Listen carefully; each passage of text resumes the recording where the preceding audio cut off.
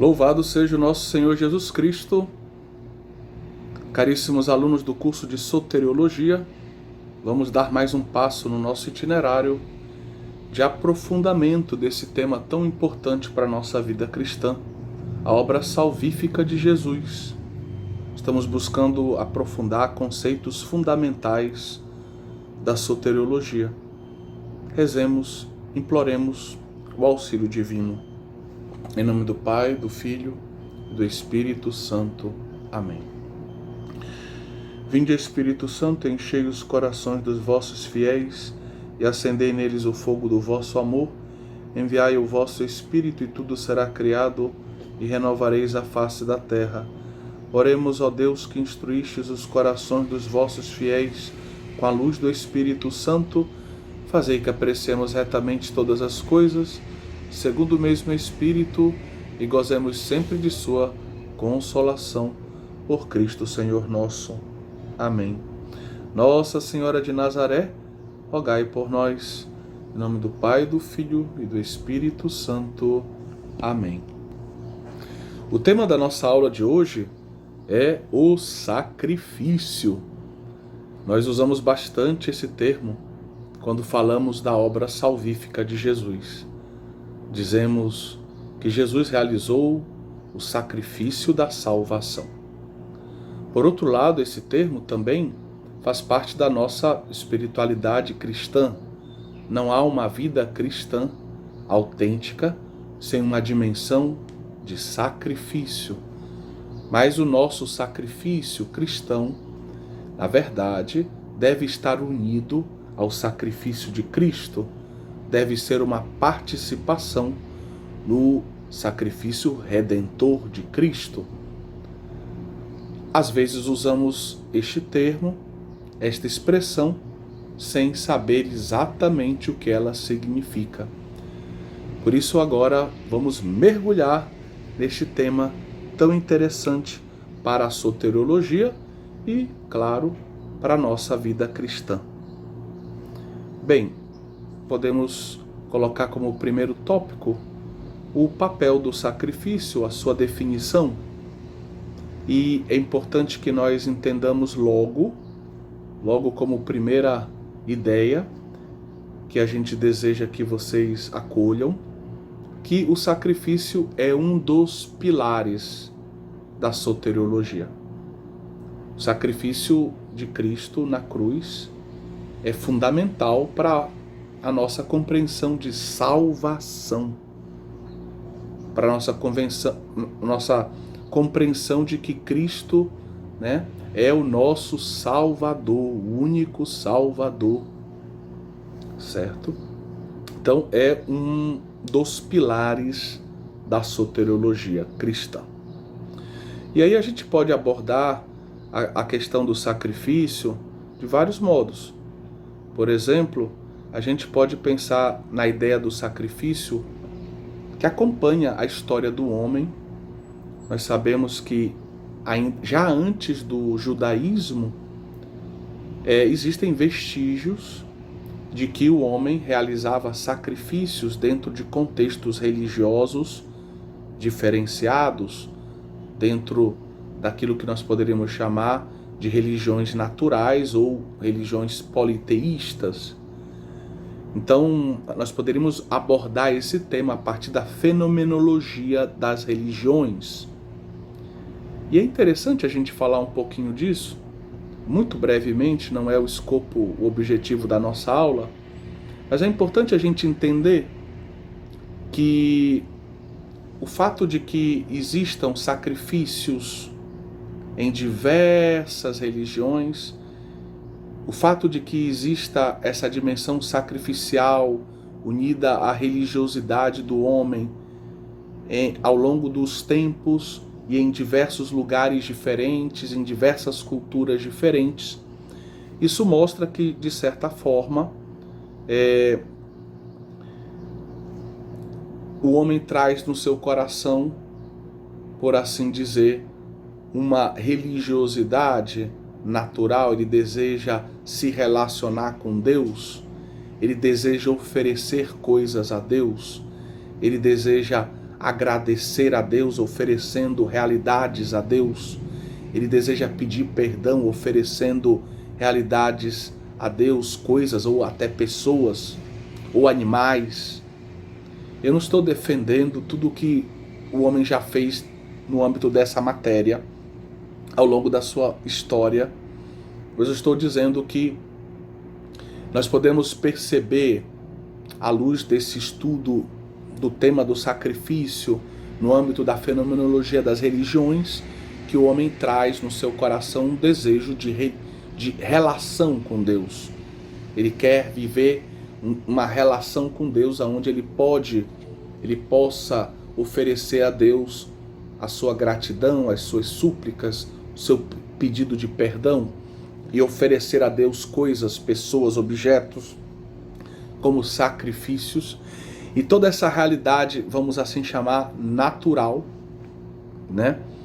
Ela prepara o homem, prepara a humanidade para entrar na esfera da revelação, para que a humanidade possa compreender, né, digamos, com a sua inteligência e com o seu coração, toda a dimensão sacrificial, primeiro do Antigo Testamento e depois aquela relativa ao Novo Testamento, tá bom? Então, essa é uma primeira abordagem, é um primeiro tipo de abordagem possível, mas eu gostaria de recordar que antes do judaísmo já existiam sacrifícios, já existia essa experiência humana de tipo religiosa marcada pela presença de sacrifícios, e que isso preparou, sim, preparou o horizonte de Abraão, de Sara, daqueles que Deus chamou para percorrer o caminho da revelação ao longo do Antigo Testamento, para que eles pudessem mais facilmente adentrar numa dinâmica de relação com Deus, que também vai ser marcada por essa presença de sacrifícios, mas que vai se tornando uma realidade particular, diferenciada, vai sendo purificada, vai sendo santificada, vai recebendo um sentido diferente das realidades, né, que cercam Israel. Vou dar um exemplo, né, ao longo da história de Israel. Israel era, por assim dizer, cercado por povos que costumavam oferecer também sacrifícios humanos. E em Israel prevalece a ideia, a noção de que não se devem oferecer sacrifícios humanos a Deus. Animais, sim, pessoas, não. Alguns ecos desses sacrifícios humanos aparecem na Sagrada Escritura. Normalmente, esses ecos aparecem sendo criticados pela religião de Israel, pela religiosidade de Israel. Ou seja, são vistos como aberrações os sacrifícios humanos. Essa é a posição geral.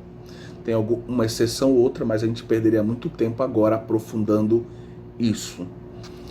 E aí a gente agora passa assim para Israel, para o Antigo Testamento.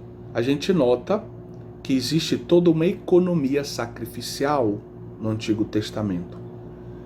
Dentro, digamos, do conjunto da experiência religiosa veterotestamentária, não é marginal, não é pouco importante a realidade do culto e dos sacrifícios.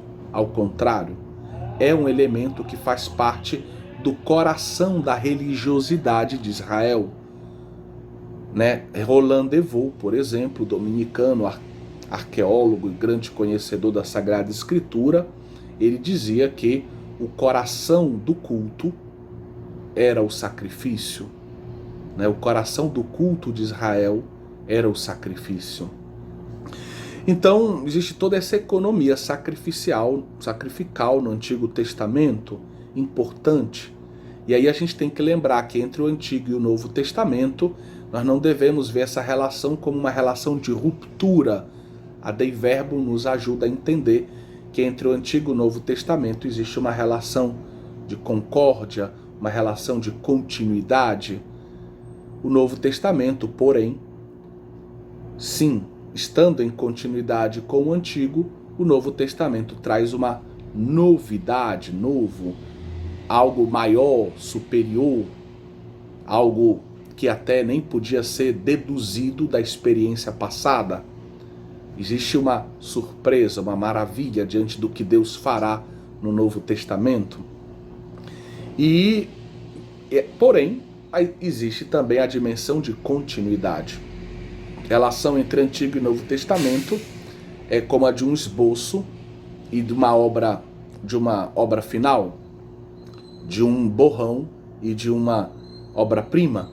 Então, existe uma continuidade, mas tem uma novidade, tem as cores, tem os detalhes que na obra-prima não apareciam no esboço, certo? Então, o Antigo Testamento prepara para o Novo Testamento, prepara para a compreensão do sacrifício neotestamentário. Por isso, se eu quiser entender o sacrifício do Novo Testamento, eu preciso percorrer o caminho veterotestamentário, compreender primeiro o que era o sacrifício no Antigo Testamento. É isso que nós vamos fazer ao longo da nossa aula de hoje. Aquilo que foi preparado no Antigo Testamento, então vai se tornar realidade, vai se cumprir no Novo Testamento, né? Então, no Novo Testamento vai acontecer o sacrifício, aquele sacrifício perfeito, o sacrifício esperado, o sacrifício que pode colocar em comunhão para sempre Deus e o homem, o sacrifício que pode dar o perdão dos pecados, o sacrifício que é total, completo e que obtém a paz de Deus. Então é o que vai acontecer com o nosso Senhor Jesus Cristo. Mas para a gente chegar lá, a gente tem que percorrer esse caminho. Antes de entrarmos no Antigo Testamento, propriamente dito, vale a pena então nos perguntarmos o que significa sacrifício na linguagem comum modo como a gente usa hoje. Não é uma palavra assim muito querida do povão, né, das pessoas de um modo em geral. Não estou me referindo às santas carmelitas ou aos santos religiosos. Estou me referindo ao povão por aí, cristão ou não cristão, ou de cultura cristã. Quando a gente fala de sacrifício, logo vem à tona ideias semelhantes, como, por exemplo, a renúncia. Eu fiz um sacrifício, eu renunciei isso. Tem gente que usa, né, para falar um pouco das modas de hoje. Eu fiz um sacrifício, eu não tomei a Coca-Cola, porque a Coca-Cola faz mal para a minha saúde. Eu renunciei a tomar uma Coca-Cola ontem para não aumentar a taxa da minha glicemia, né? Para não ter hiperglicemia. Então, a gente associa renúncia a sacrifício, mas também outra ideia é privação voluntária ou imposta pelas situações. É preciso, nesse tempo de pandemia, fazer alguns sacrifícios, usar uma máscara, deixar de ir a alguns lugares, ficar mais em casa, trabalhar de longe, né?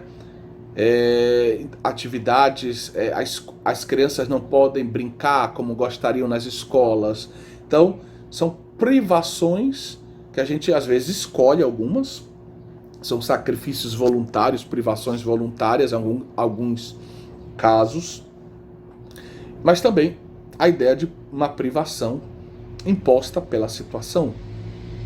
O governo, a saúde pública, a situação econômica de um país, ou a situação, vamos dizer, social na qual nós nos encontramos. Então, uma linguagem comum é sinônimo de renúncia, de privação voluntária ou privação que acontece por imposição da realidade, da vida, do governo, das situações em que nos encontramos.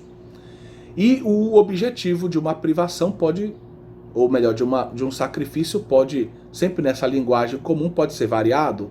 Eu posso ter como objetivo a minha saúde, eu posso ter como objetivo um controle da minha vontade, deixar de fumar, deixar de lado algo que eu considero como um vício que faz mal para a minha saúde.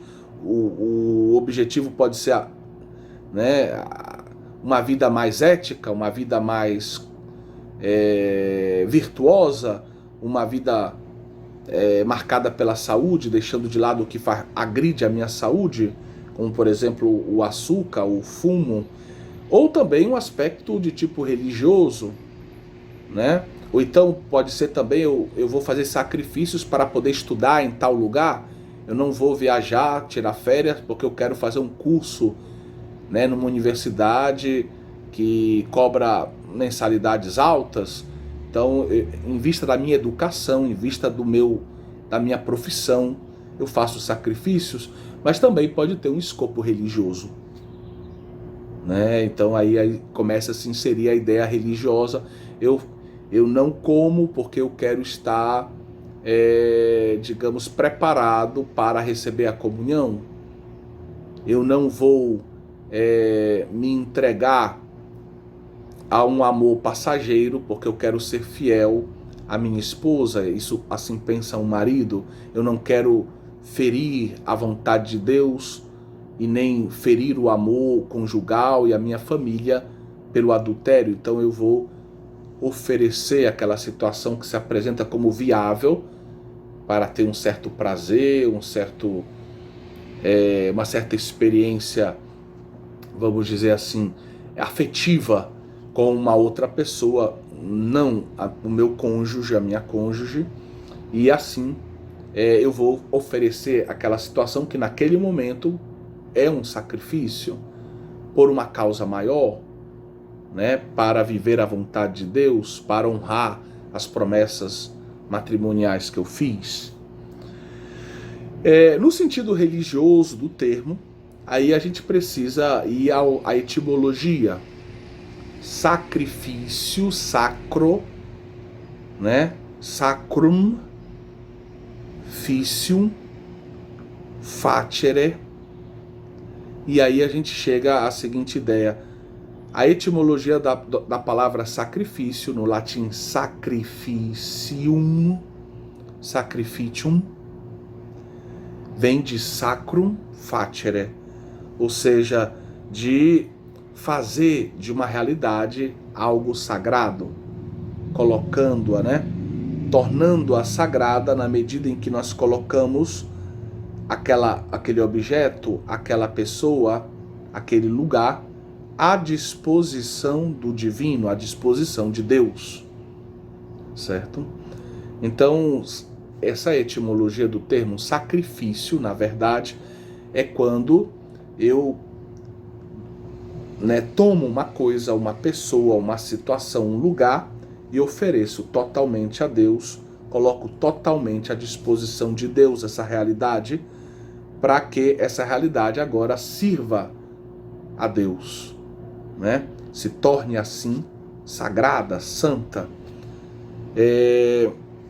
Sacrifício, por exemplo, nesse caso, a gente faz quando a gente oferece a Deus um objeto para o culto divino, um cálice, ou uma bela patena de prata, ou, por exemplo, também quando uma família oferece o seu filho que deseja fazer a vontade de Deus, viver uma vida sacerdotal, religiosa, a família faz um sacrifício, oferece-se o seu filho a Deus para que ele viva uma vida totalmente à disposição de Deus, viva uma vida santa, uma vida sagrada, né?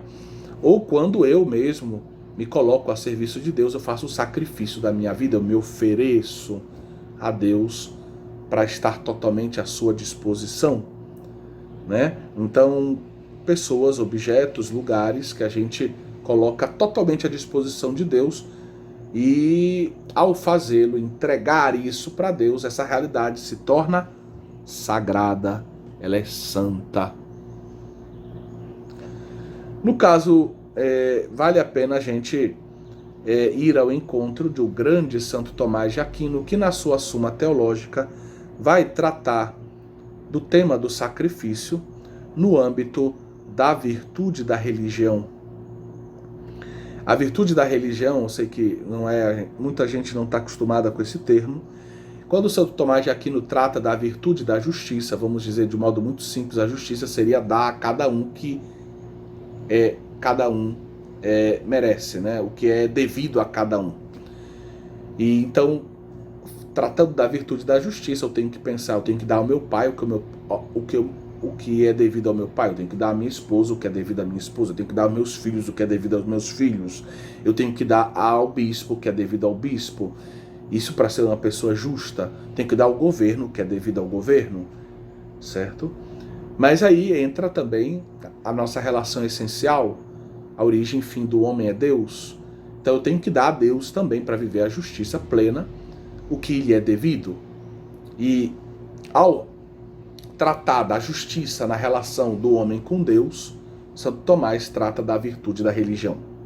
Chama esse aspecto da justiça que diz respeito à relação do homem com Deus de virtude da religião, que seria dar a Deus o que lhe é devido, né?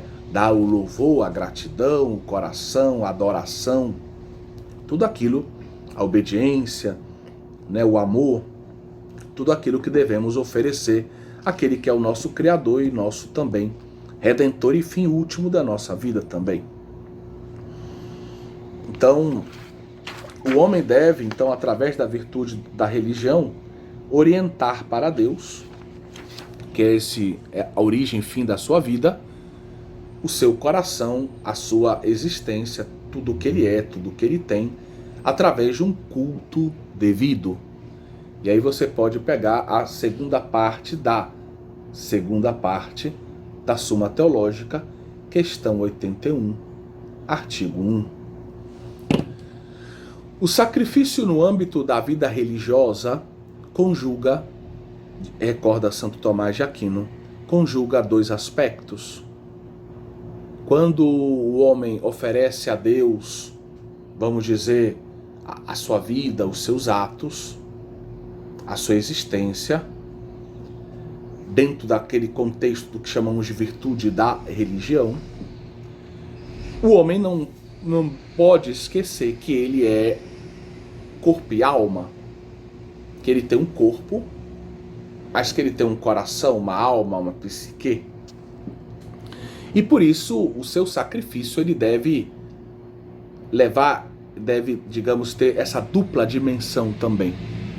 No fundo, Santo Tomás de Aquino chama a atenção para o fato de que o sacrifício que o homem oferece a Deus deve ter uma dupla dimensão.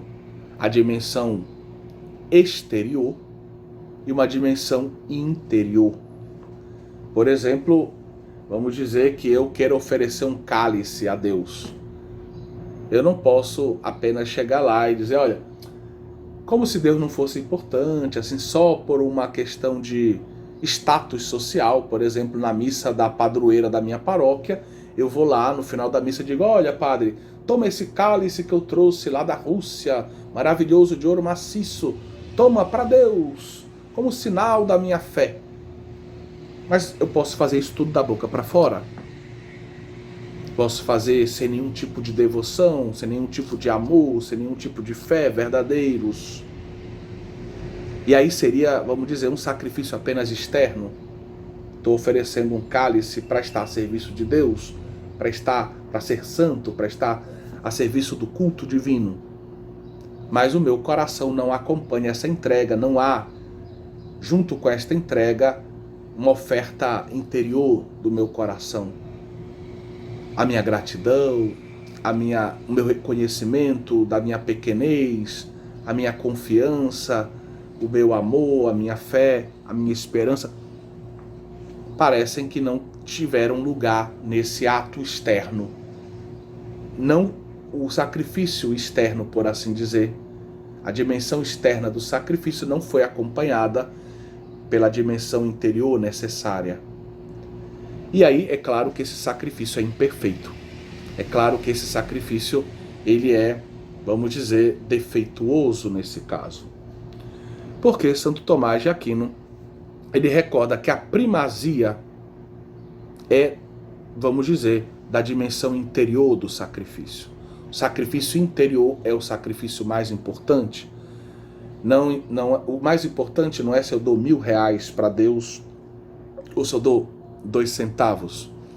O mais importante é com qual amor, com qual sentimento, com qual confiança, com qual entrega, com qual abandono de vida eu dou o que eu dou a Deus. R$1.000 ou 2 centavos. Jesus elogia aquela pobre viúva que oferece a Deus tudo o que tinha para viver, num ato de total confiança, total abandono, de fé absoluta em Deus, e merece o elogio de Jesus, enquanto outros que oferecem os dízimos de tudo, como na parábola do fariseu e do publicano, eles voltam muitas vezes para casa sem terem recebido a bênção de Deus, sem terem se reconciliado com Deus. Por quê? Porque estão muito preocupados em elogiar a si mesmo, mas não dirigem para Deus de verdade as suas orações. Interessante, na tradução da parábola justamente do fariseu e do publicano, é que se diz que o fariseu dizia consigo mesmo, para si mesmo, dando a impressão que aquelas palavras que ele usa na oração não sobem a Deus, elas ficam apenas reverberando no seu ego, reverberando ali no seu orgulho, na sua vaidade, no seu egoísmo. Elas não sobem a Deus, certo? Então a primazia do sacrifício é interior. A dimensão interior é a dimensão mais importante de qualquer sacrifício, entendido já do ponto de vista judaico e ainda mais do ponto de vista cristão. E assim Santo Tomás de Aquino nos ensina, né? Então a primazia é da dimensão interior, que nós podemos identificar com o coração ou com a alma do homem, enquanto o elemento exterior, externo, está associado às nossas palavras, às nossas ações, à nossa corporeidade. A dimensão exterior deveria ser um transbordar da dimensão interior. O nosso sacrifício palpável, o valor que nós damos a Deus, o cálice que nós damos a Deus, o nosso filho que a gente oferece a Deus, por exemplo, deveria ser uma expressão, um transbordar de um coração que confia em Deus, que se entrega a Deus, que se oferece a Deus. Aqui está o elemento mais importante de um verdadeiro sacrifício. Essas duas dimensões, a interior e a exterior, elas correspondem à estrutura antropológica do homem. Como eu dizia, a dimensão interior, ela corresponde ao ser espiritual do homem, à alma do homem. A dimensão exterior corresponde à dimensão sensitiva, à dimensão corpórea do homem, ao corpo do homem. Porque o homem é formado de alma e corpo, assim também a sua oferta a Deus é formada por um elemento interior, espiritual, e um elemento exterior, material, certo? Então nós temos essas duas dimensões, a dimensão interna e a dimensão externa. A mais importante, por favor, que isso fique bem claro, é aquela que tem a primazia, é a dimensão interior.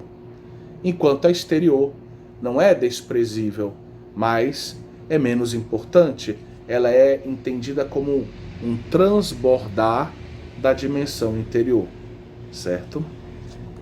Vamos ler aqui, para quem tem a nossa apostila, o primeiro parágrafo da página 15. Trata-se de uma citação, né, de Santo Tomás de Aquino. A questão 85, artigo 2, a resposta que Tomás dá na segunda parte da Suma Teológica. Vamos lá. O sacrifício oferecido externamente, significa o sacrifício interior e espiritual, pelo qual a alma oferece a si mesma a Deus. Ou seja, aquilo que é oferecido externamente deve significar, deve dizer aquele sacrifício interior com a qual a alma se oferece a Deus. Os atos exteriores da religião ordenam-se para os atos interiores. Ora, a alma se oferece a Deus em sacrifício, enquanto ele é o seu princípio da criação e o seu fim.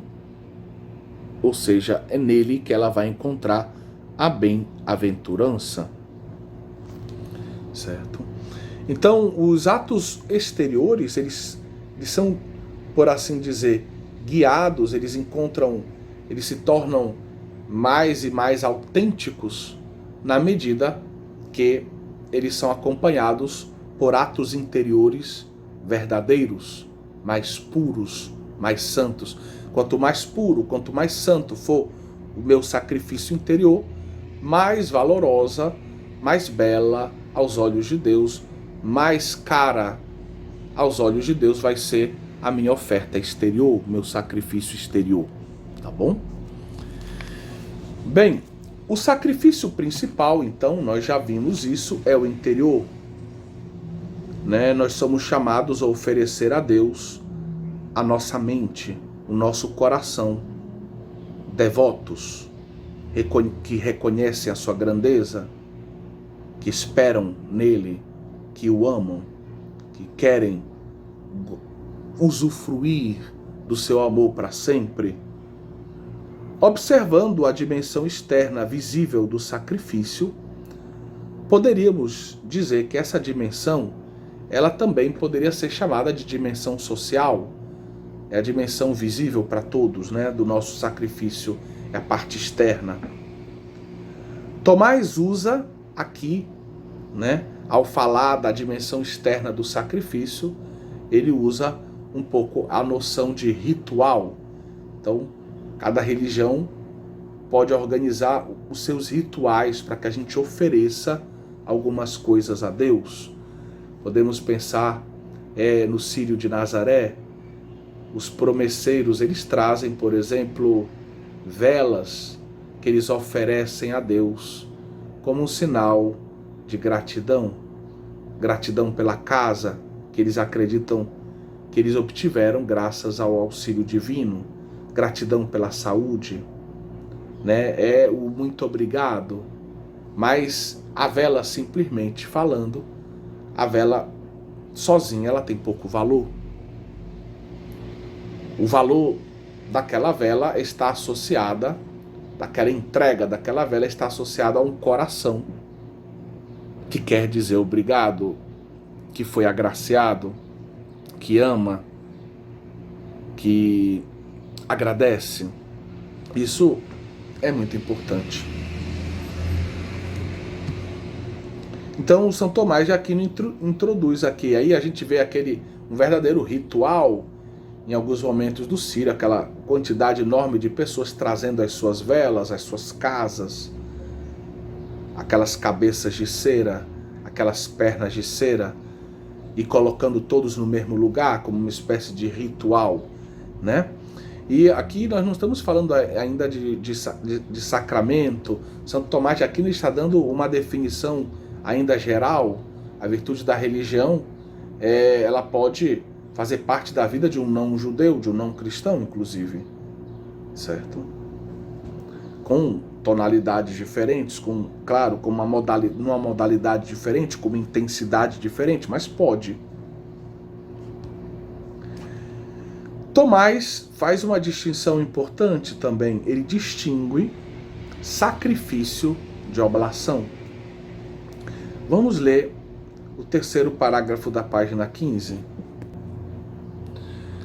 Deve-se dizer que propriamente há sacrifícios quando se faz alguma ação com as coisas oferecidas, como, por exemplo, matar os animais, ou partir o pão, comê-lo, ou abençoá-lo.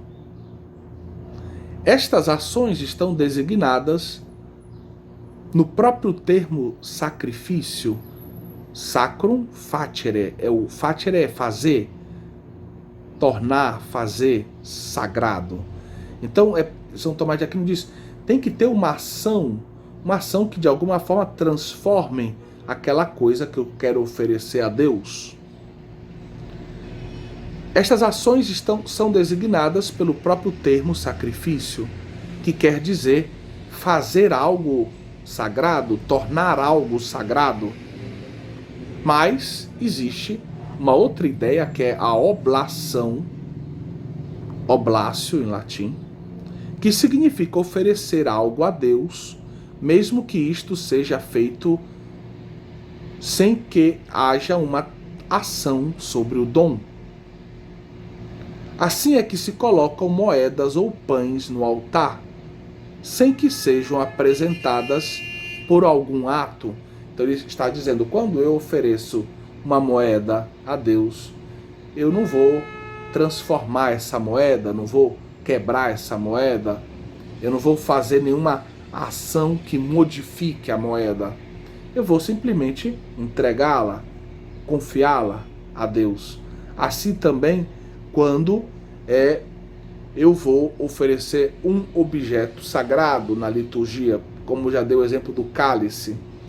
Nesse caso, com essa diferença de sacrifício, tendo que ter um ato que transforme a oferta, e a oblação, aonde a oferta é entregue, mas eu não preciso agir para transformar ou para mudar de alguma forma essa oferta que eu quero fazer a Deus.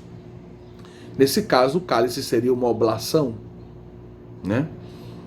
Assim é que se colocam moedas ou pães no altar sem que sejam apresentadas por algum ato.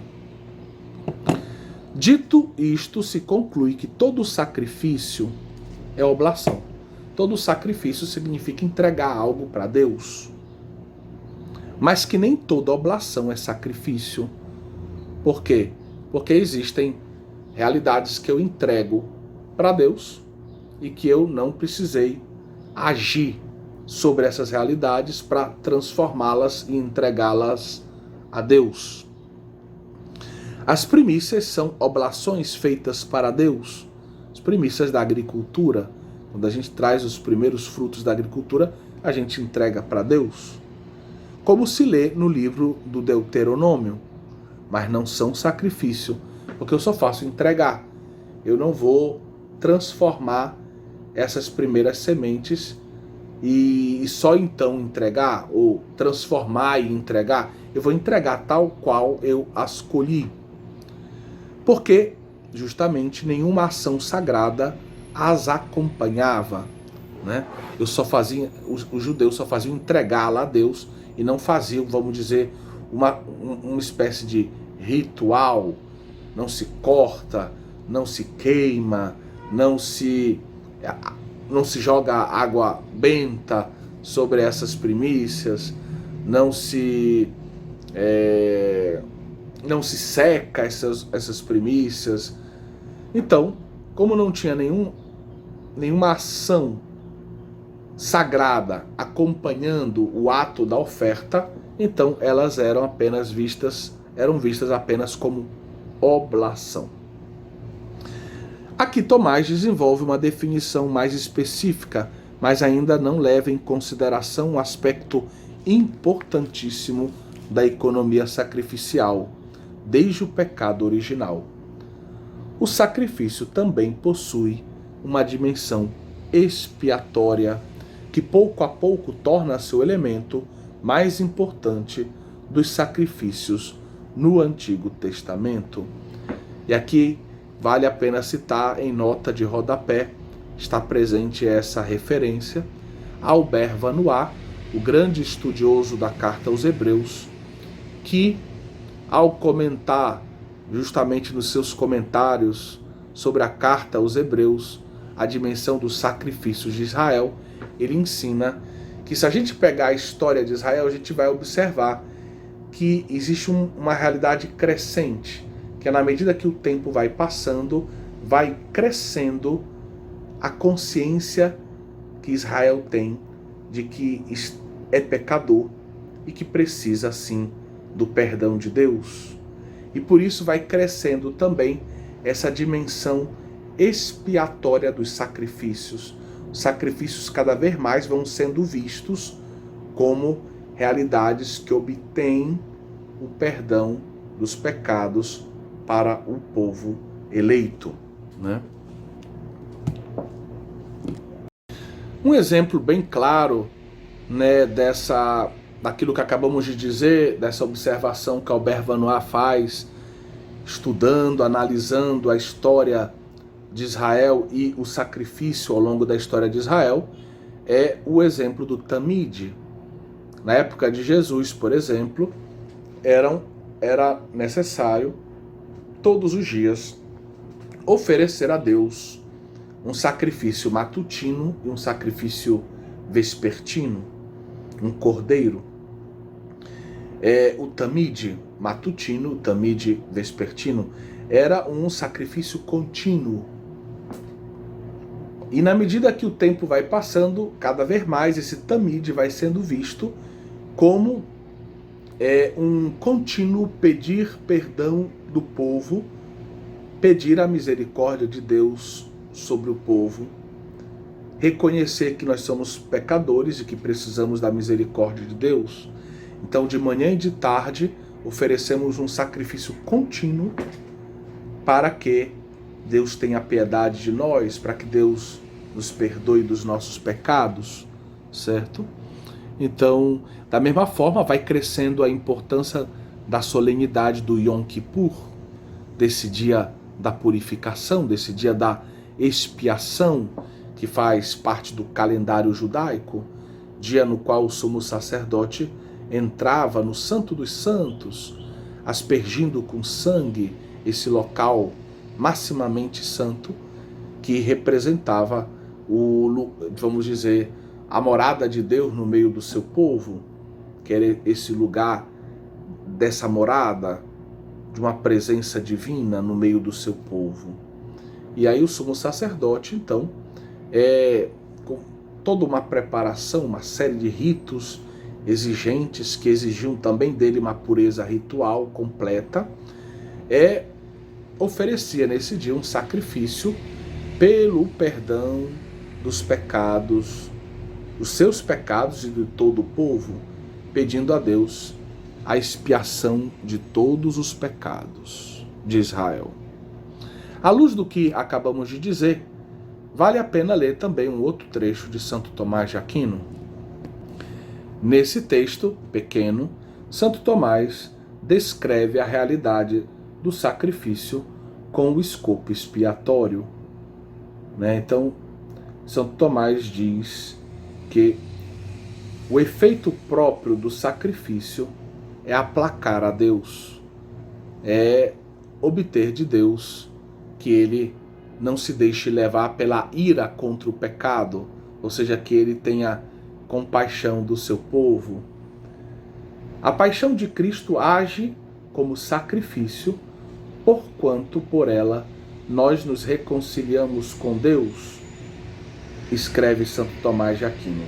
A primeira citação é da questão 49 da terceira parte da Suma Teológica, artigo 4, é a resposta de Tomás. Enquanto a segunda, que diz que a paixão de Cristo age como sacrifício, na sua paixão, Cristo oferece um sacrifício, porque a partir dela, da sua paixão, ele nos reconcilia com Deus. Isso a gente encontra lá na questão 48, artigo 6, na contra-argumentação de Tomás ao a terceira objeção, na terceira parte da Suma. Terceira parte da Suma, questão 48 a 6a3, tá bom? Bom, aí a gente pode dar mais um passinho para frente agora. A afirmação mais geral de sacrifício provém de Agostinho. mas também é citada por Tomás de Aquino. Santo Agostinho, na sua obra A Cidade de Deus, escreve: o verdadeiro sacrifício é toda boa obra realizada com a finalidade de nos unir a Deus numa santa aliança. É toda boa obra, é toda coisa que eu ofereço a Deus com a finalidade de me unir a Deus na vivência de uma comunhão, de uma aliança de amor, de uma santa aliança. Então essa é uma definição que vale a pena a gente guardar. Tanto as ideias fundamentais de Santo Tomás de Aquino, eu diria essa ideia do sacrifício que tem uma dimensão externa, uma dimensão interna, um fim de expiatório também, quanto essa definição última dada por Agostinho. Vamos agora entrar mais a fundo no Antigo Testamento. Vamos a um subponto aqui, um tópico da nossa aula que a gente poderia chamar a preparação para o sacrifício de Cristo no Antigo Testamento. Então, já dissemos, o Antigo Testamento prepara para o Novo. O Novo Testamento está em continuidade com o Antigo, mas ao mesmo tempo tem uma novidade. Já explicamos isso no início da aula. Da mesma forma, o sacrifício do Antigo Testamento prepara o sacrifício do Novo Testamento, que é aquele do Cristo crucificado. Quando nós lemos o Antigo Testamento, nós então encontramos o livro do Levítico, que traz, vamos dizer assim, todas as tipologias de sacrifícios presentes no culto de Israel. O sacrifício como tal é o coração do culto, mas o sacrifício em Israel tem várias tipologias, né? Existem vários tipos de sacrifícios, cada um deles tem um sentido. E é importante entender já antecipadamente que todos esses sacrifícios, cada um aponta vamos dizer, para um aspecto do sacrifício de Cristo. Toda essa economia sacrificial veterotestamentária é uma preparação para o acolhimento do sacrifício de Cristo. Cada um desses tipos de sacrifícios, de alguma forma, prepara o sacrifício de Cristo. E quais são esses tipos de sacrifícios? Existem diferentes modos de organizar, mas antes de falarmos da tipologia desses tipos de sacrifícios propriamente ditos, nós vamos apresentar algumas obras para vocês. Essa é uma obra em língua italiana de Innocenzo Cardellini, Os Sacrifícios da Antiga Aliança. É uma obra da editora Paulus, da Itália, uma belíssima obra sobre os tipos de sacrifícios, os rituais de sacrifícios, as celebrações sacrificiais do Antigo Testamento, certo? Uma obra técnica muito boa, muito rica, que vale a pena a gente conhecer. É menos, vamos dizer, abrangente no que concerne o tema. Nós temos essa obra que a gente já apresentou em outros cursos, Instituições de Israel no Antigo Testamento, do Roland Devaux, um autor que de vez em quando a gente cita, vale a pena conhecer também. E nós vamos citar mais adiante um outro autor que é um grande nome da teologia do Antigo Testamento, que é Gerhard von Rad.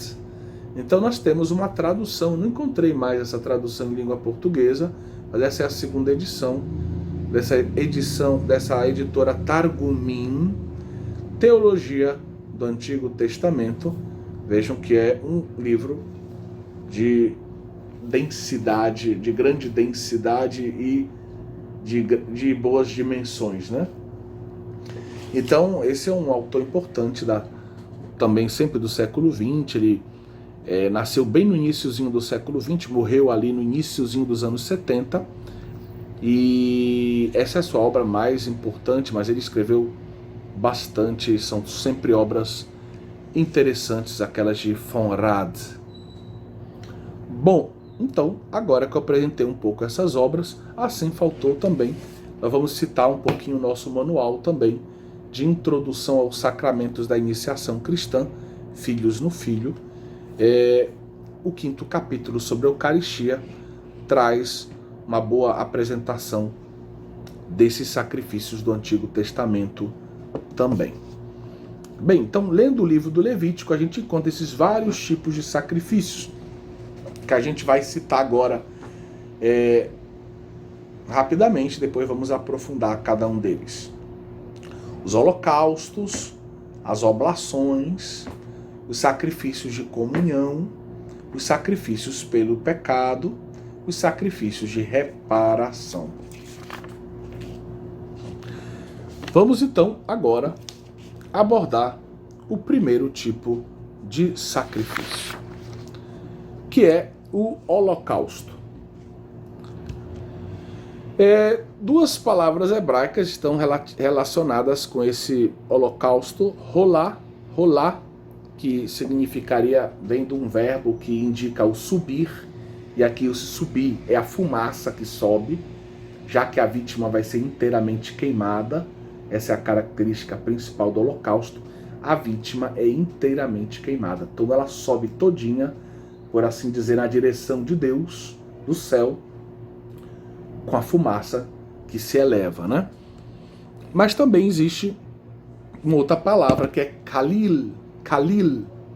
E Kalil significa, aponta para esse significado, né, da totalidade da vítima. A vítima inteira é queimada, né? Então, rolá, Kalil são termos que se referem ao que nós chamamos hoje holocausto. Você encontra referências ao holocausto logo no primeiro capítulo do livro do Levítico, do versículo 3 ao 17. Bom, já expliquei, a característica principal é que a vítima, na sua integralidade, é consumida pelo fogo. No Templo de Jerusalém, então no tempo de Jesus, já expliquei para vocês, havia 2 sacrifícios diários, um matutino, um vespertino, o dito tamide, que era um sacrifício constante, contínuo, que tinha, como Albert Vanois recorda, claramente já na época de Jesus, naquele momento já é bem claro isso, esse aspecto de expiação, de reparação, que era o tamide, certo? O tamide é um exemplo de holocausto, porque os tamides, esses cordeiros, eram queimados inteiramente, um pela manhã, um pela tarde. O rito, ele prevê que o ofertante ele traga o seu animal para ser ofertado, né, até a entrada ali da área reservada aos sacerdotes, e coloque a mão em silêncio sobre a cabeça do animal. Alguns autores, eles interrogam os seus leitores quanto ao significado desse gesto. Seria uma espécie de transferência de pecado, né? Quer dizer, eu tenho um pecado, uma fraqueza, eu transfiro para o bode, para o cordeiro? Não me parece, por alguns detalhes, algumas orientações rituais. Por exemplo, quando se fala do sacrifício pelo pecado, justamente, se diz que o sacerdote deve comer a carne da vítima, aquela parte da carne da vítima que lhe cabe, como coisa santa. Mas então, se virou pecado, se transferiu o pecado, ele não deveria comer como coisa santa, né? Então, eu acho que não é por aí. Outra possibilidade é a identificação do ofertante com a vítima. O ofertante diz: olha, você vai tomar o meu lugar. Esse gesto de colocar a mão sobre a cabeça em silêncio da vítima significaria: você vai tomar o meu lugar? Bom, essa é uma possibilidade. Esse gesto significa, no fundo, que a vítima vai representar o ofertante. Ele oferece o seu coração, a sua oração, a sua vida a Deus através daquela vítima. Parece que essa é a melhor interpretação. Então esse é o holocausto. O segundo tipo de apresentação de oferta dada a Deus, a gente vai seguir aqui a apostila do professor Manfred Hauck. A organização desse assunto no nosso livro é um pouco diferente, é a oblação. A oblação, vamos dizer, a oferta de produtos da terra. Então, se é oblação, a gente não vai... Sacrifício, vejam, do holocausto, faltou dizer uma coisinha, então vale a pena retomar o assunto do holocausto ainda, antes de passar para a oferta dos produtos da terra, né, a oblação. Sim, o ofertante vinha, colocava a mão sobre a cabeça da vítima em silêncio, e aí ele, se fosse um sacrifício privado, ele mesmo fazia, digamos, cortava o pescoço do cordeiro, né? Ele mesmo fazia, digamos, a imolação da vítima. E aí depois da imolação, o sacerdote pegava a vítima, o sangue da vítima, e realizava todo o ritual necessário depois, tá bom? Se o rito fosse, a oferta fosse pública, nesse caso, depois da oração, do silêncio e da imposição de mão sobre a cabeça da vítima, era o sacerdote mesmo que fazia a imolação e dava continuidade ao rito, tá bom?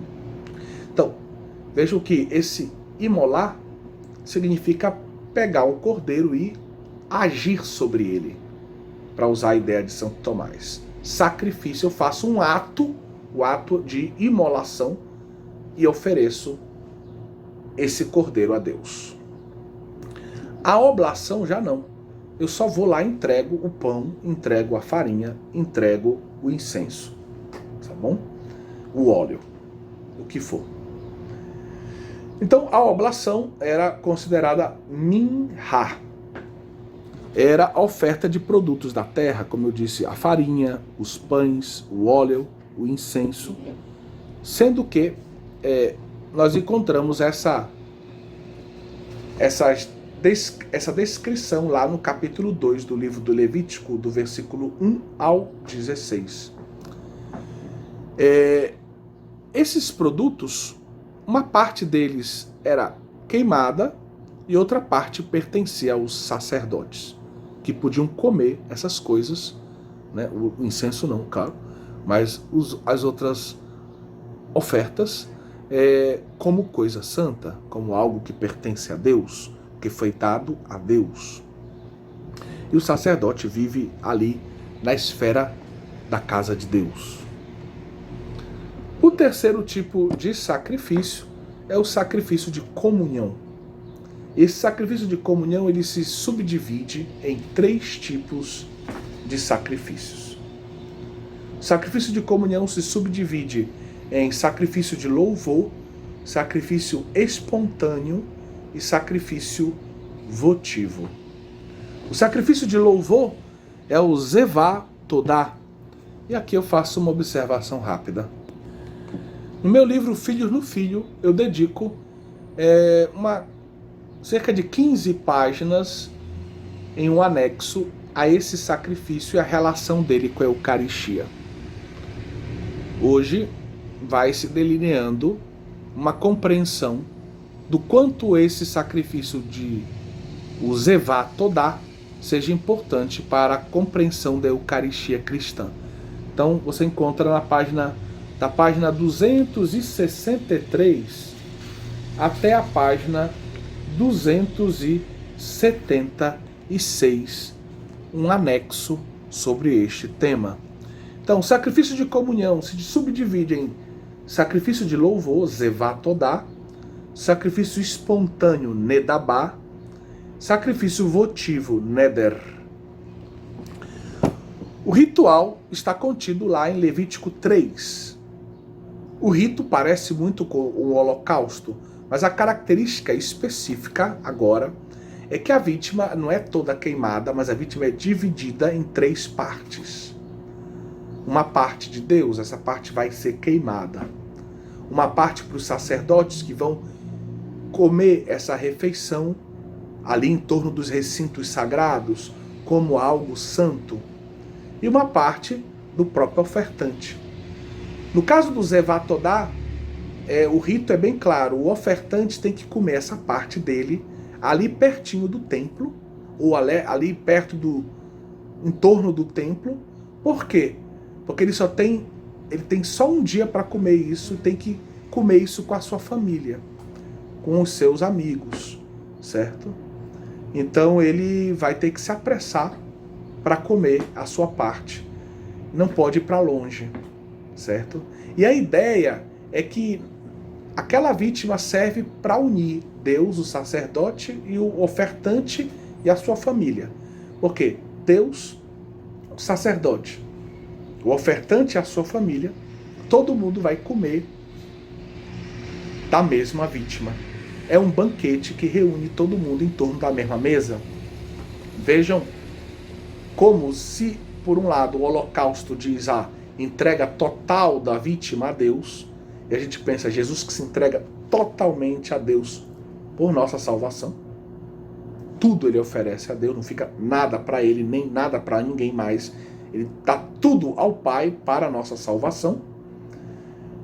Aqui nós temos um sacrifício de comunhão, ou seja, Deus, sacerdotes e leigos e o povo que oferta a sua própria vida, o sacerdócio comum dos fiéis, a gente pode já pensar assim, todos em torno da mesma mesa, da mesa eucarística, da mesa do sacrifício de Jesus, em comunhão de vida, num louvor. Eucaristia quer dizer ação de graças, indica essa dimensão de louvor, né? Então, sacrifício de louvor é um termo antiguíssimo, né? Que faz parte do cânon e traduz exatamente Zevatodá. Traduzir Zevatodá exatamente em latim seria, em português seria sacrifício de louvor. E aí nós temos, então, essa característica, a vítima dividida em 3 partes, e essa ideia de que sacerdote, Deus e os ofertantes, o ofertante e a sua família, todo mundo partilha de um mesmo banquete, fica em torno, por assim dizer, de um mesmo banquete, e o banquete, na realidade semítica, judaico-semítica, era visto como lugar de comunhão, de intimidade, né? Um exemplo de uma celebração desse tipo, de um rito como esse, a gente encontra em Êxodo 24, do versículo 9 ao versículo 11, no contexto lá da aliança sinaítica. Justamente no final do versículo 11 se diz que depois da aliança selada com o sangue, né, do sacrifício, eles contemplaram a Deus e comeram e beberam. Comeram e beberam, a ideia é que comeram justamente daquilo que lhes coube do sacrifício, certo? Então esse é um texto no qual se encontra uma alusão, né, não tão detalhado, mas uma alusão a esse tipo de banquete associado ao sacrifício. E aí vejam que a Eucaristia também, né? Ela é sacrifício de Cristo e é banquete também. A gente se alimenta do Cordeiro que é o Cristo Jesus, o nosso sacrifício redentor. O outro tipo de sacrifício é o sacrifício expiatório. A palavra usada para esse sacrifício é hatat. Espero que esteja bem pronunciado aqui. Os conhecedores de hebraico me perdoem se tiver algum pequeno erro. Hatat. Então, seria o sacrifício pelo pecado. Essa mesma palavra, ela pode designar tanto o pecado, propriamente dito, quanto o rito que apaga o pecado. né, o sacrifício que apaga o pecado. E a gente encontra referências a esse tipo de sacrifício em Levítico 4, de 1 a 5, e Levítico 6, de 17 a 23. Nesse caso, a vítima ela varia um pouco. Varia segundo a dignidade daquela pessoa que pecou. A pessoa que pecou, quanto mais, vamos dizer que quanto mais socialmente importante ela for, socialmente e religiosamente falando, porque sociedade e religião em Israel formam uma unidade, mais grave é o pecado e maior deve ser a vítima. Então, por exemplo, o sumo sacerdote pecou, é a vítima maior que tiver. É o touro, né? Por isso que Lucas é representado pelo touro, né? Como animal, porque touro é o maior sacrifício previsto pela legislação veterotestamentária, né?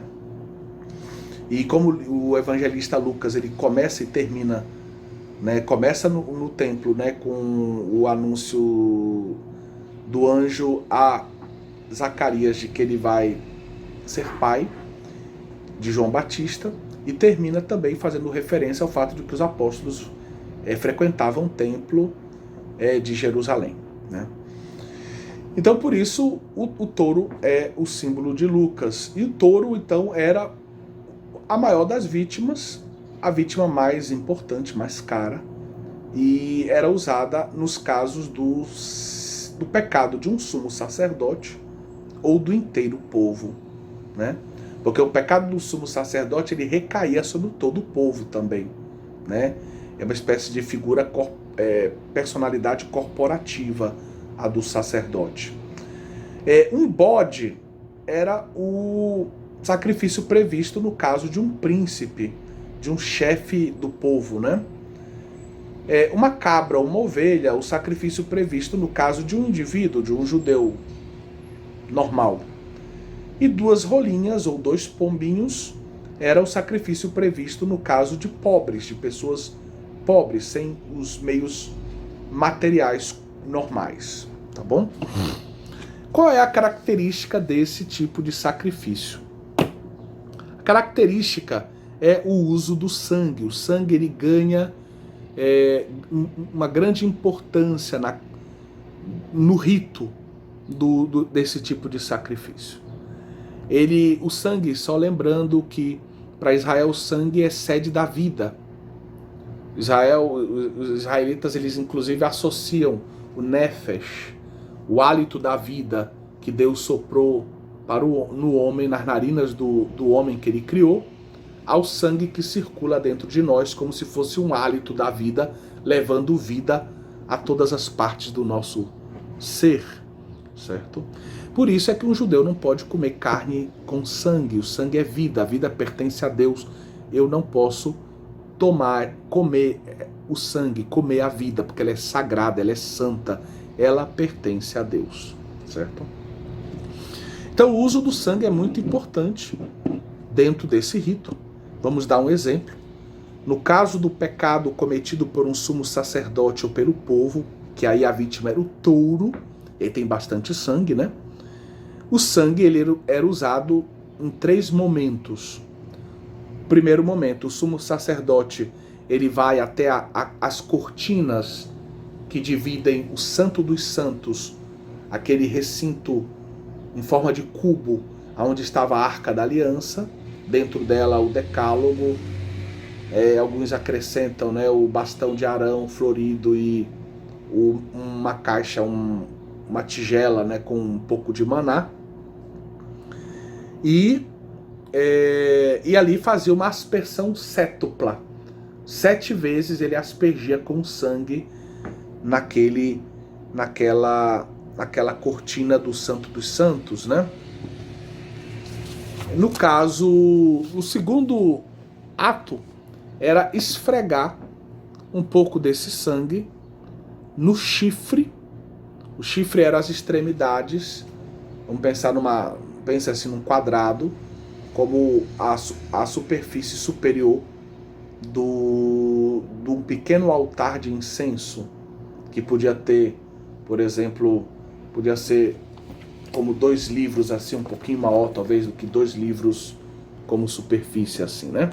E aí nas extremidades nós temos pequenas proeminências subindo como chifres, e ali ele esfregava um pouco de sangue no altar do incenso, que ficava dentro do santo, perto da cortina que separa o santo dos santos, certo?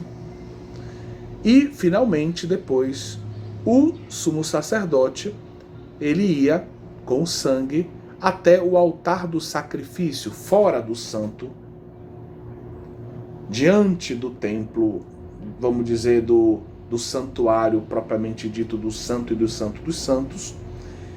Tem ali o altar dos sacrifícios, onde as vítimas eram oferecidas a Deus, queimadas, e lá ele derramava o sangue que sobrava nos pés do altar, certo? Nos pés do altar.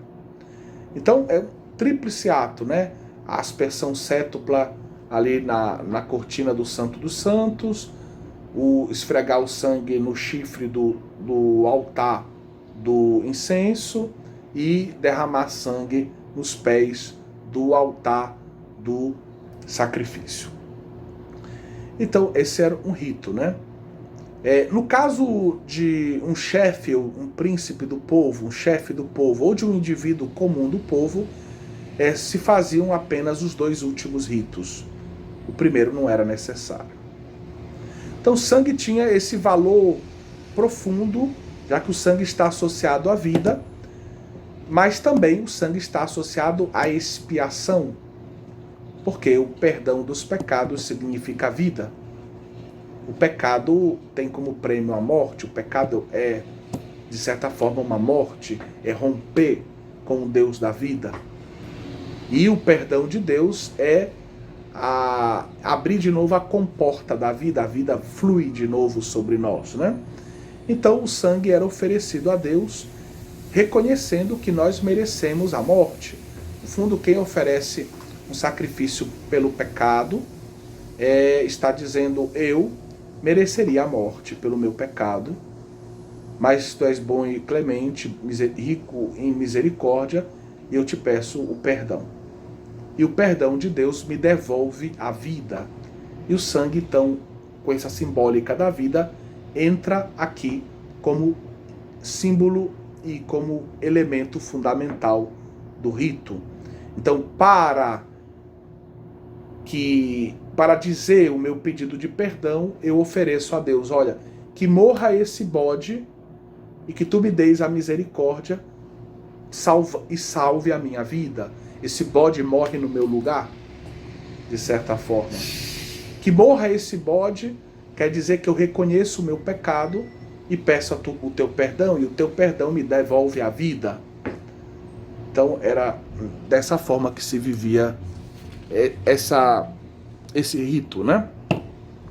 A gente pode ler também esse valor do sangue que está ligado à noção de expiação, de perdão dos pecados, de purificação, em Levítico 17:11 e em Hebreus 9:22. Vamos ler Levítico 17:11.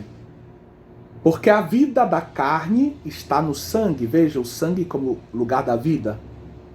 E eu o dei a vós sobre o altar, para expiar por vossas vidas, pois o sangue faz a expiação da vida.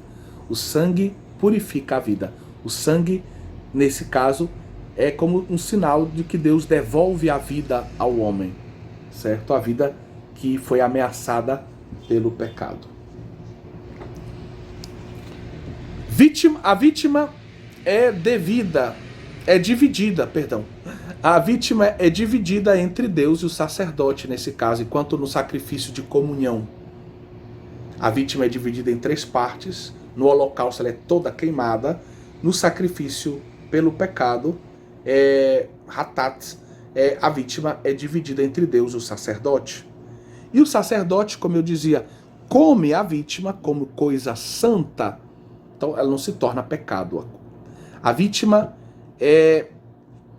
vamos dizer, ela não vira pecado, mas ela tira o pecado. Ela serve como parte desse rito para obter o perdão, a expiação, né, para que o pecado seja tirado por Deus. Vamos ler 2 Coríntios 5:21 e vamos explicar um detalhe à luz do nosso livro Filhos no Filho. Vou ler aqui a tradução proposta pela segunda edição da Bíblia da CNBB. 2 Coríntios 5:21, aquele que não conheceu o pecado, que é Cristo, Deus o fez pecado por nós, para que nele nos tornemos justiça de Deus. Aquele que não conheceu o pecado, Cristo, Deus o fez pecado. Deus o fez pecado. O que São Paulo quer dizer com isso? Em hebraico, Deus o fez hatat. Só que a palavra hatat, como eu já expliquei, pode ser pecado ou rito, né, que tira o pecado. Aquele rito que vai nos livrar do pecado, né? O rito que apaga o pecado, o sacrifício que apaga o pecado. Muito provavelmente, aqui, o que São Paulo quer dizer é justamente isso. Deus fez do seu Filho Jesus esse sacrifício pelo pecado. Esse sacrifício que tira o pecado. Essa vítima que se sacrifica para tirar o pecado do homem. Mas tudo isso é dito com a palavra hatat. Então, literalmente falando, a gente pode traduzir como pecado. Agora, como interpretar isso? Né? No texto grego, a gente vai encontrar pecado. Agora, pensando por detrás do uso hebraico da expressão, ele talvez não esteja querendo dizer, provavelmente ele não quer dizer que Jesus virou pecado, porque Jesus não virou pecado, ele assumiu o nosso pecado. Dizer que Jesus virou pecado é um erro. Ou uma analogia, dizer que Jesus assumiu todo o nosso pecado como se ele tivesse virado pecado. Mas ele não virou pecado, porque ele é santo. Certo? Ele é o santo de Deus, ele é Deus, ele não pode virar pecado. Certo? O que, na verdade, o texto parece indicar é que Jesus Cristo foi feito, né, pelo Pai, por um desígnio do Pai, o sacrifício que tira o pecado, o sacrifício que apaga o pecado, que tinha o mesmo nome do pecado, hatat, sacrifício pelo pecado. Agora você entendeu melhor esse texto. Espero, por favor. Né? A gente vai também ler rapidamente um outro texto aqui. Esse outro texto é uma outra tradução que se encontra do mesmo texto, 2 Coríntios 5:21, no livro Filhos no Filho, página 174. Aquele que não conheceu o pecado, ele, Deus, o fez pecado, hatat, ou seja, vítima pelo pecado, por nós, para que nele fôssemos feitos justiça de Deus. Então, vítima pelo pecado. Né? Jesus Cristo foi feito hatat nesse sentido, vítima pelo pecado, né? Sacrifício que tira o pecado, que faz a expiação, tá bom? O sacrifício de reparação, então, é um outro tipo de sacrifício, muito parecido, né, com o sacrifício pelo pecado, que a gente poderia, espero pronunciar corretamente, Asham, M no final. O rito é muito parecido com o anterior, mas o ofertante, além do sacrifício que ele faz a Deus, deve restituir ao sacerdote, que representa a Deus, ou a pessoa que ele lesou, o valor do prejuízo aumentado de 1/5. Esta restituição não faz parte do sacrifício propriamente dito, mas ela deve acompanhar o sacrifício. Esse sacrifício é muito interessante, é o sacrifício de reparação. Alguém lesou outra pessoa. Posso ter lesado Deus ou lesado o meu irmão. Se eu lesei a Deus, eu vou entregar para o sacerdote, além do sacrifício, o valor, né, que eu considero como aquilo que eu lesei. Por exemplo, R$1.000. Se eu lesei a Deus em R$1.000, deixei de pagar meu dízimo, vamos dar um exemplo muito simples aqui. Não paguei meu dízimo por 3 meses. R$1.000. Então eu vou pagar 1.000 mais um quinto. 1.000 mais 200. R$1.200 à paróquia, né? Ao sacerdote, que representa a Deus. Da mesma forma, se eu lesei o meu irmão num pedaço de terra, eu vou calcular aquele valor da terra e vou devolver para o meu irmão o que eu lesei, né? O que eu roubei dele, por exemplo, aquilo que eu, de certa forma, o ludibriei, o enganei, mais um quinto do valor, 20% a mais, a gente diria hoje, tá bom? E aí a gente entende, por exemplo, como foi grande a conversão de Zaqueu. Zaqueu, ele, quando se converte, decide dar, né? Devolver aqueles que ele tinha, de alguma forma, lesado, roubado, muito mais do que aquilo que a lei prescrevia, do que aquilo que era prescrito pela lei. Então a gente vê assim como foi grande a conversão de Zaqueu, né? Cristo obteve um grande milagre, né? A salvação entrou na casa, entrou no coração, entrou no bolso, na vida, né? De Zaqueu. Que maravilha. Então, essa devolução financeira de terreno, de valor, ela não fazia parte do sacrifício propriamente dito, mas devia acompanhar o sacrifício. E o sacrifício tinha valor diante de Deus, o sacrifício externo da vítima, se fosse acompanhado do arrependimento. E o arrependimento se mostrava na devolução, na reparação concreta, né? Vamos ler o parágrafo 1º da página 178 do livro Filhos do Filho.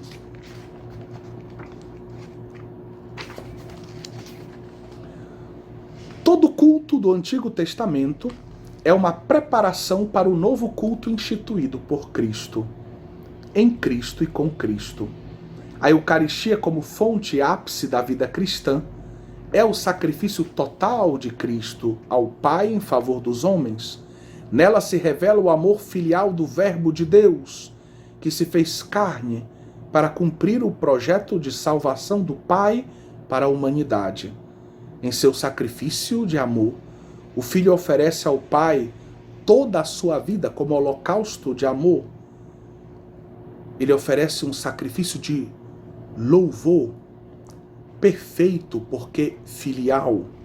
No seu sacrifício de cruz, ele reestabelece a comunhão com Deus e com os irmãos.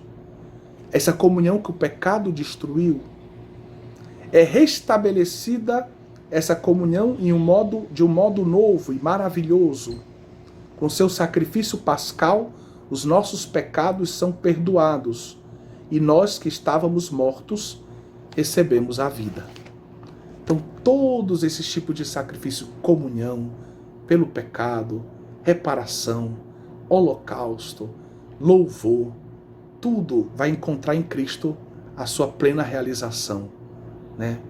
Ainda muito maior do que tudo aquilo que nós poderíamos imaginar e esperar.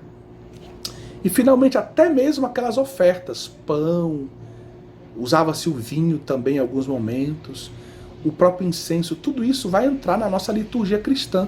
O pão e o vinho, matéria da Eucaristia, o incenso como parte da nossa vida litúrgica, né? Então, nada vai se perder, tudo vai ser incorporado nesse grande sacrifício de Cristo, que é perpetuado sob forma de sacramento memorial na vida eclesial. Gerhard von Rad, na sua obra já apresentada aqui, Teologia do Antigo Testamento, que na edição em língua portuguesa reúne os 2 volumes originais em alemão, e também eu conheci essa obra em italiano também, ela foi publicada pela Paideia, se eu não me engano, em dois volumes. Pois bem, Gerhard von Rad afirma que existiam 3 motivos principais para a prática sacrificial do Antigo Testamento. Vou ler aqui do livro, na página 248, e depois vou ler um trecho da página 249. Numa visão geral, trata-se das seguintes 3 concepções, das quais naturalmente cada uma ainda poderia ser diferenciada de múltiplas formas. Então, as 3 características, os 3 motivos principais da prática sacrificial do Antigo Testamento, segundo Gerhard von Rad, eram a ideia de dádiva, né? A ideia de oferecer um dom a Deus, uma dádiva a Deus, a ideia da comunhão e a ideia da expiação. A ideia simples da dádiva, continua a leitura, naturalmente se encontra no primeiro plano de todas as oferendas votivas que eram trazidas em momentos de grande angústia aflitiva. Por exemplo, Gênesis 28, versículos 10 a 22, Juízes 11, versículo 30, segundo Samuel 15, versículos 7 a 9.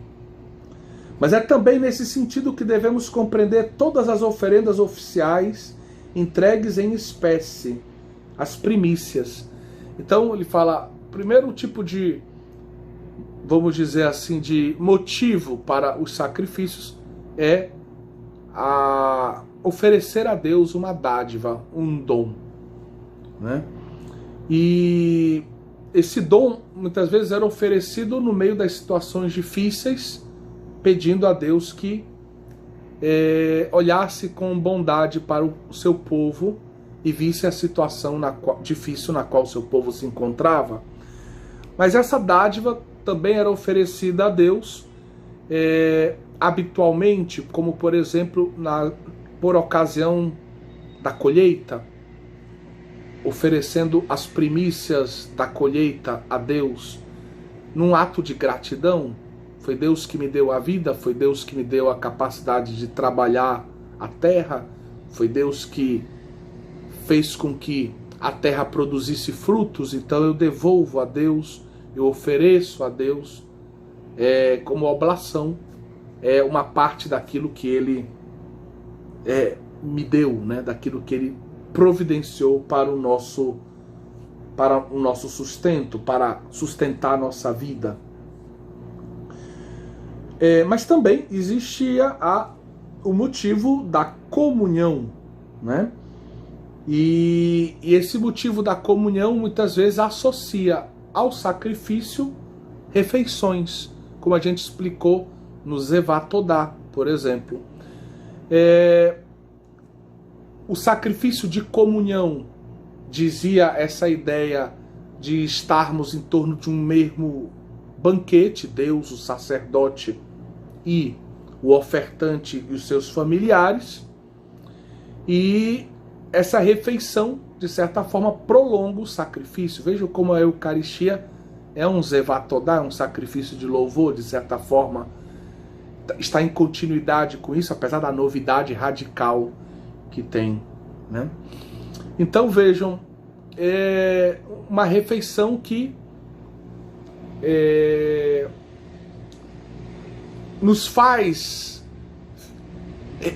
nos alimentar do sacrifício que nós oferecemos a Deus, e esse sacrifício que nós oferecemos a Deus se torna então oportunidade para que nós vivamos a comunhão, a intimidade de um banquete.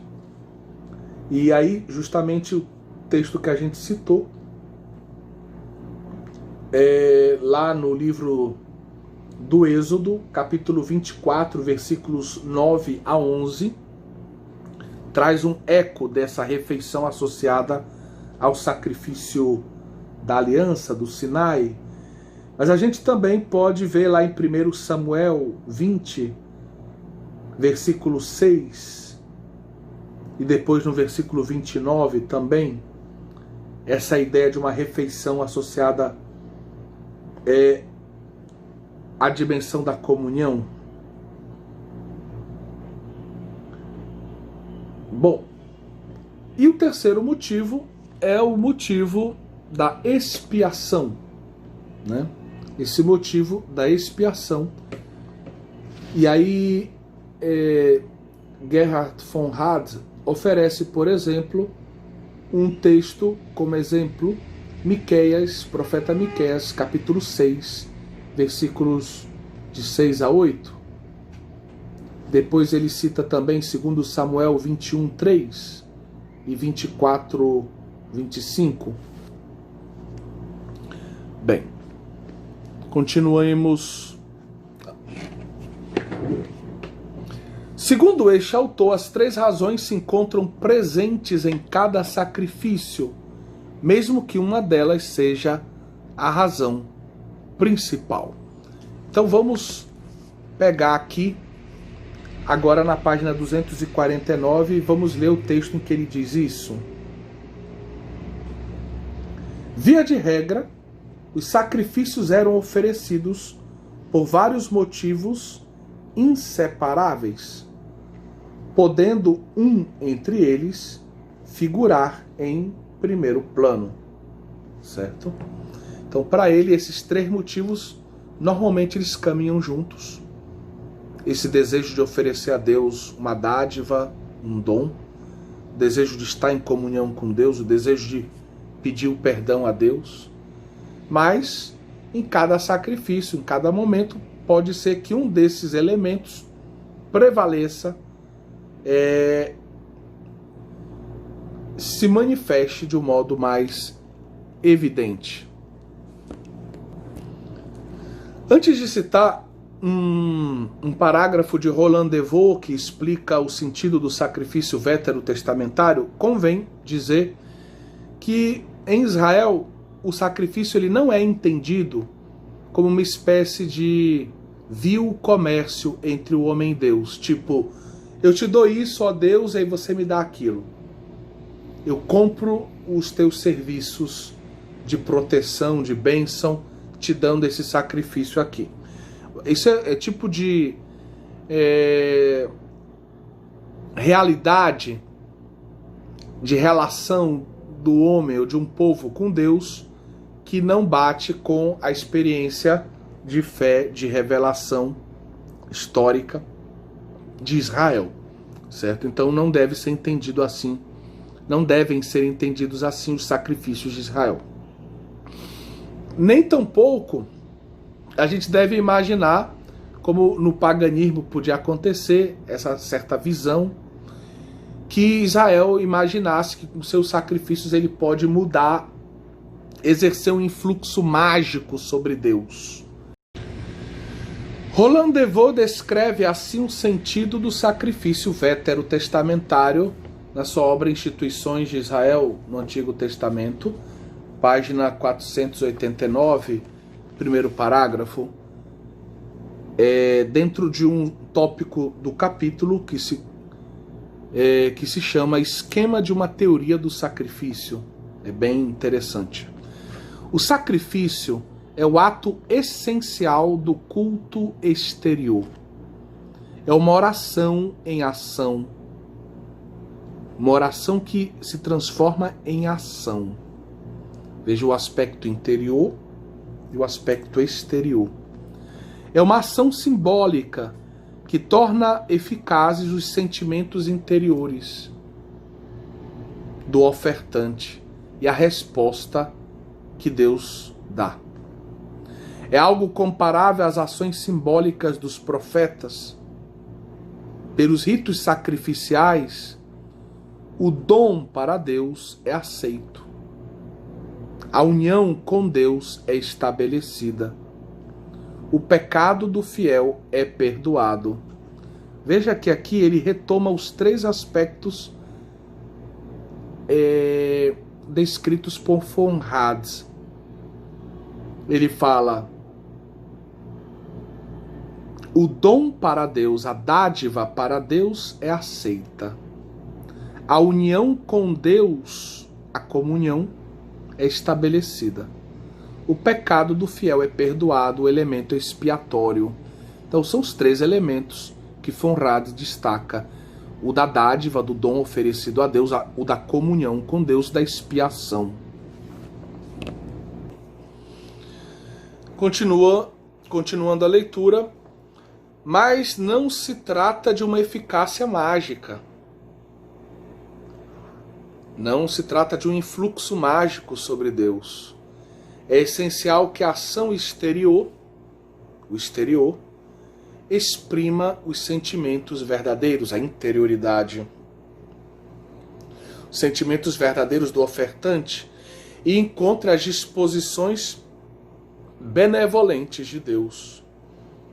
Na falta disso, o sacrifício não é mais um ato de religião. Se faltar a verdade da interioridade, é só um ato exterior. Já não é mais um ato de verdadeira religião. Certo?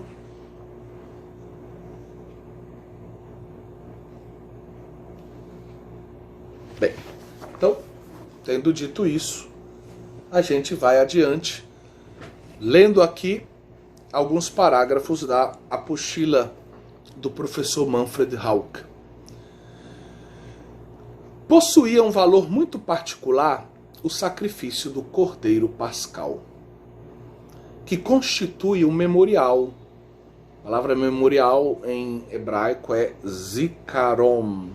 Se você quiser conhecer um pouco mais sobre esse elemento teológico, eu te convido a ler a parte bíblica do capítulo 5º do nosso livro Filhos no Filho, que eu dedico algumas páginas à explicação do significado de memorial. Deixa eu dizer aqui logo as páginas onde você pode encontrar essa reflexão aqui.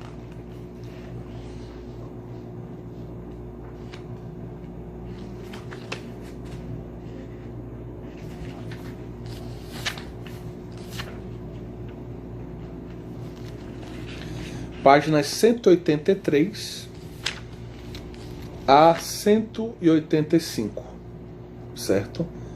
Tem como título justamente Zikaron. Esse termo vem do verbo zakar, recordar, e é traduzido às vezes no grego por anamneses, né? Bem, então nós temos esse memorial do sacrifício do Cordeiro Pascal. Através da noção de memorial, compreendemos que a libertação do passado, aquela do Egito para a terra prometida, da prisão, da escravidão para a liberdade, se torna presente, convidando a uma postura de esperança com relação ao futuro. Então é interessante porque quando o povo de Israel celebra o memorial da Páscoa, por exemplo, do Pessar, o Zikaron do Pessar, da Páscoa, a ideia teológica é que no presente irrompe pela força da palavra o evento que está se fazendo memória. Aquele evento do passado, pela força do Espírito de Deus, da palavra de Deus, do próprio Deus, ele se torna presente no aqui e no agora da comunidade que celebra o Zikaron, o memorial, por mandado divino, por um mandato divino, melhor dizendo. Então, aqueles que estão celebrando o memorial, eles se tornam naquele instante contemporâneos do mistério, daquele evento celebrado, vivido há tantos anos atrás. E essa experiência de contemplar, de fazer memória do passado, experimentando a força, a presença desse evento, dessa a intervenção de Deus em favor do seu povo, desse evento ligado à aliança de Deus com o seu povo, faz com que o israelita ele veja o presente iluminado pela Páscoa. E aquilo que foi um evento do passado, que está presente agora, que dá novo sentido ao meu presente, também me faz olhar agora com renovada esperança para o futuro, porque o Senhor que agiu no passado, que torna o evento, o mistério, a libertação, a graça daquele evento no presente para nós agora, é o Deus que há de completar também o nosso caminho até a terra prometida, a verdadeira Jerusalém, a vida eterna. Então, meus queridos, é muito interessante a gente perceber como nessa experiência do Zikaron, passado, presente e futuro se encontram na celebração do memorial. O passado se torna presente e abre perspectivas de esperança para o futuro. Encontramos a mesma noção teológica, mas ontologicamente superior, no sacrifício de Jesus imolado como nossa Páscoa. Ora, Jesus se apresenta na instituição da Eucaristia, na última ceia, como o sacerdote e o sacrifício que vai selar uma nova aliança, e pede, na verdade ele ordena aos seus discípulos que façam isso que ele acabou de fazer em memória dele, ou que celebrem, em outras palavras, o seu memorial, celebrem o seu Zikaron. Por isso, cada Eucaristia também é uma experiência de que o mistério da cruz de Cristo se torna presente para nós aqui e agora, quando celebramos. Essa glória da cruz, esse mistério da cruz, faz com que eu veja de um modo novo o meu presente e abre a perspectiva daquilo que virá, a dimensão escatológica da vida cristã, enche de esperança, de força espiritual, para que eu veja com um olhar de esperança. Se Cristo morreu por mim, se eu posso experimentar a força da sua cruz hoje, Deus vai me acompanhar ao longo do caminho, não vai me faltar as graças que eu preciso pelos méritos de Cristo para chegar até a meta da vida espiritual, até o meu fim último. Nós encontramos uma crítica aos sacrifícios, ao sacerdócio, em alguns textos proféticos. Porém, o protestantismo, a exegese protestante tende a amplificar essa crítica, porque associa ao sacerdócio do Antigo Testamento, na verdade, o catolicismo, e associa ao profetismo o protestantismo. Então, o protestantismo hoje é profético. E o catolicismo é esse culto degenerado, um culto enfraquecido, um culto sem sentido, que vai ter que ser abolido, vai ter que cair. E a força profética do protestantismo vai vencer. Bom, é assim que eles pensam, Mas essa projeção das questões eclesiológicas atuais, protestantismo, catolicismo, no ambiente veterotestamentário, da crítica profética ao sacrifício de Israel, é injusta e anacrônica. É típica a frase do profeta Oséias: quero misericórdia e não sacrifício, conhecimento de Deus mais do que holocaustos. Outro texto emblemático nós encontramos lá em 1 Samuel 15, 22. O obedecer é melhor do que o sacrificar. e o atender melhor do que a gordura dos carneiros. Oséias, por exemplo, se lamenta de que os exilados deverão renunciar a estar no templo e estarão privados dos sacrifícios. O vértice do anúncio profético se encontra no quarto cântico do servo do Senhor, que oferece a própria vida em sacrifício expiatório, oferecerá a si mesmo em expiação. Então, entendamos, a crítica dos profetas aos sacrifícios não é uma crítica aos sacrifícios como tal, corretos sacrifícios, porque eles são, inclusive, prescritos. Foi Deus que instituiu o sacerdócio levítico. Foi Deus que instituiu o sacerdócio institucional em Israel. Para estar a serviço do povo sacerdotal, para oferecer a Deus os sacrifícios do seu povo, para que os sacerdotes vivam uma missão de mediação que tenha os dois aspectos, tanto descendente quanto ascendente.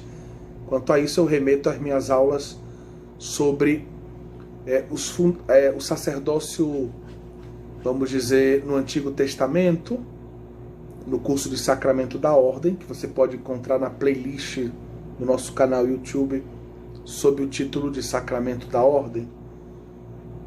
E também o sacerdócio de Cristo, que vai explicando como Cristo viveu e possa, sim, ser chamado de sacerdote. A crítica que os profetas fazem, na verdade, aos sacrifícios, ao sacerdócio, é a crítica à incoerência entre o rito externo e o coração. É a crítica aos falsos sacrifícios, a um exercício falsificado dos sacrifícios em Israel. Quando pessoas oferecem, ou reis oferecem, sacrifícios, mas sem reconhecer os seus pecados, sem desejar uma mudança de vida, sem desejar voltar para Deus, que é a linguagem veterotestamentária que diz a ideia de conversão, sem um verdadeiro louvor, a verdadeira gratidão, o verdadeiro desejo de comunhão com Deus.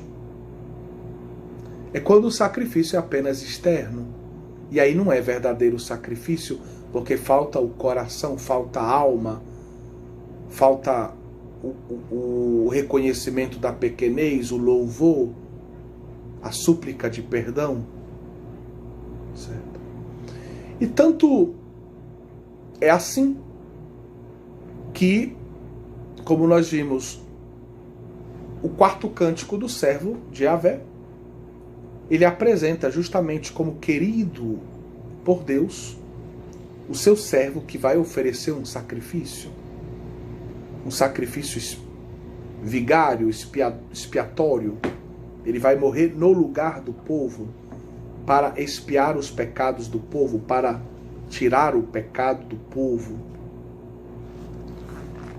Tanto é assim que Cristo ofereceu a Deus o seu sacrifício de amor. Não é que Deus não ame os sacrifícios, não acolhe os sacrifícios. Ele não ama, ele até usa a linguagem às vezes de detesta, os falsos sacrifícios. Aqueles que são só externos, farisaicos, de fachada, que não são acompanhados por um coração que reconhece a sua pequenez, o seu pecado, que pede perdão, que louva, que agradece, que procura a Deus, que quer acolher a sua palavra, que quer viver guiado por Deus, que quer viver essa aliança, essa comunhão com Deus. Certo? Então, entre os sacrifícios do Antigo Testamento e o sacrifício de Cristo no Novo Testamento, existe uma continuidade. Em Cristo, todas as linhas, todas essas tipologias sacrificiais encontram a sua máxima expressão. Mas Cristo, o sacrifício de Cristo é bem mais do que aquilo que nós poderíamos imaginar. Se ele realiza, cumpre tudo aquilo que fora esboçado, preparado pelo Antigo Testamento, leva à plenitude tudo aquilo que fora vivido no Antigo Testamento em matéria sacrificial, ele também tem uma novidade radical que nós precisamos agora aprofundar um pouco. Então nós falaremos do próximo ponto, que é o sentido sacrificial da oferta de Jesus no Novo Testamento. Na próxima aula, vamos mergulhar mais na dimensão sacrificial da vida de Jesus, da sua oferta salvífica por todos nós. Deus abençoe a cada um de vocês. Em nome do Pai, do Filho e do Espírito Santo. Amém.